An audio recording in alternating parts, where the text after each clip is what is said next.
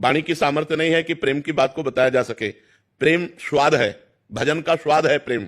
जैसे आपको गुलाब जामुन पवाया जाए और आपसे पूछा जाए कैसा, तो आप कहोगे मीठा। फिर हम प्रश्न करें कैसा मीठा, तो आप कहोगे बहुत अच्छा मीठा। फिर प्रश्न करें बहुत अच्छा मीठा मतलब कैसा, तो आप उत्तर दोगे खा के देख लो। आगे है आपके पास उत्तर। तो ऐसे ही प्रेम आनंद में कैसा, बोले परमानंद में कैसा, बोले भजन करके देख लो। जब तक भजन नहीं करोगे तब तक प्रेम का अनुभवगम्य भजन जय संता। प्रेम अनुभव स्वरूप है। प्रेम का रहस्य यह है कि वो जाने मोरी छाती, मीरा जी कहती, मेरी वाणी की सामर्थ्य नहीं कि उसका वर्णन कर सकूं। सूक्ष्मतरम अनुभव स्वरूपम प्रतिक्षण वर्धमानम, जो प्रेम का स्वरूप है, कामना रहितम, कोई कामना नहीं, और वो हृदय के अनुभव का विषय, वो वाणी का विषय नहीं है। जो निरंतर नाम जप करते हैं, भगवान की लीला कथा सुनते हैं, भगवान की सेवा करते हैं, पापाचरण का त्याग करते हैं, धीरे धीरे उनके हृदय में भगवान से प्रेम प्रकट होने लगता है। और जब प्रेम प्रकट होने लगता है तब और कछु न सुहाए, कुछ अच्छा नहीं लगता। नहीं खान पान ते भावे है, नहीं कोमल वसन सुहावे है, सब विषय लगे ते खारा है, हरि आशिक का मग्नारा है। नारायण हरि भजन में ये पांचों न सुहात, विषय भोग, निद्रा, हंसी, जगत प्रीति, बहुबात, ये अच्छा नहीं लगता। निरंतर भजन करते हुए रोने को मन होता है। मैं अपने प्यारे के लिए रो कैसे प्राप्त करूं, कोई उपाय नहीं दिखाई दे रहा। हा कृष्ण हा राधा, आप कृपा करो, आप मिल जाओ। वो रात दिन फिर रोना शुरू हो जाता है। और बिन रोए किन पाइया प्रेम प्यारा मीत, जहां रोना शुरू हुआ प्रेम का प्रादुर्भाव हुआ, और प्रेम से ही प्रकट हो जाते हैं भगवान। जहां हमारे हृदय में प्रेम प्रकट होता है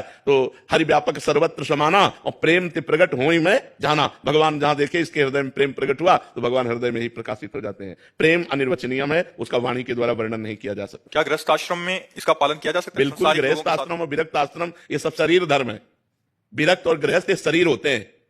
अगर हमारा मन, तो चक्रवर्ती सम्राट महाराज अम्बरीश, विरक्त महात्मा दुर्वासा जी, विरक्तता की चरम सीमा दुर्वासा जी, एक वलकल की लंगोटी लगाकर दूब का रस पीने वाला, और चक्रवर्ती सम्राट, अनेक रानियां और समस्त वैभव, फेल हो गया महात्मा विरक्त उनकी भक्ति के आगे।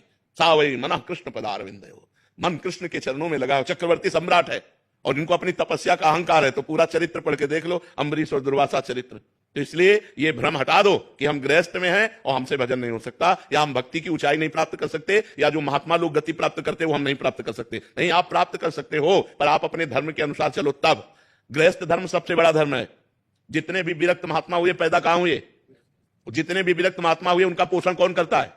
गृहस्थ आश्रम। आप वस्त्र देते हैं, आप भोजन देते हैं, आप फल देते हैं, जिनको खाकर हम भजन करते हैं, साधना करते हैं। हम पैदा हुए गृहस्थ में, हम पल रहे हैं गृहस्थों से, और हम रह रहे हैं गृहस्थों के बीच में। तो ये मत मानो कि हम गृहस्थ हैं तो हमारा जीवन मतलब वो जैसा महात्मा लोगों का जीवन है वैसा नहीं। एक महात्मा मांग करके खाता है तुम्हारे घर से, और तुम उसको खवा कर भजन करते हो, और वो तुमसे मांग के खा के भजन करता है। इसी में देख लो कौन श्रेष्ठ है।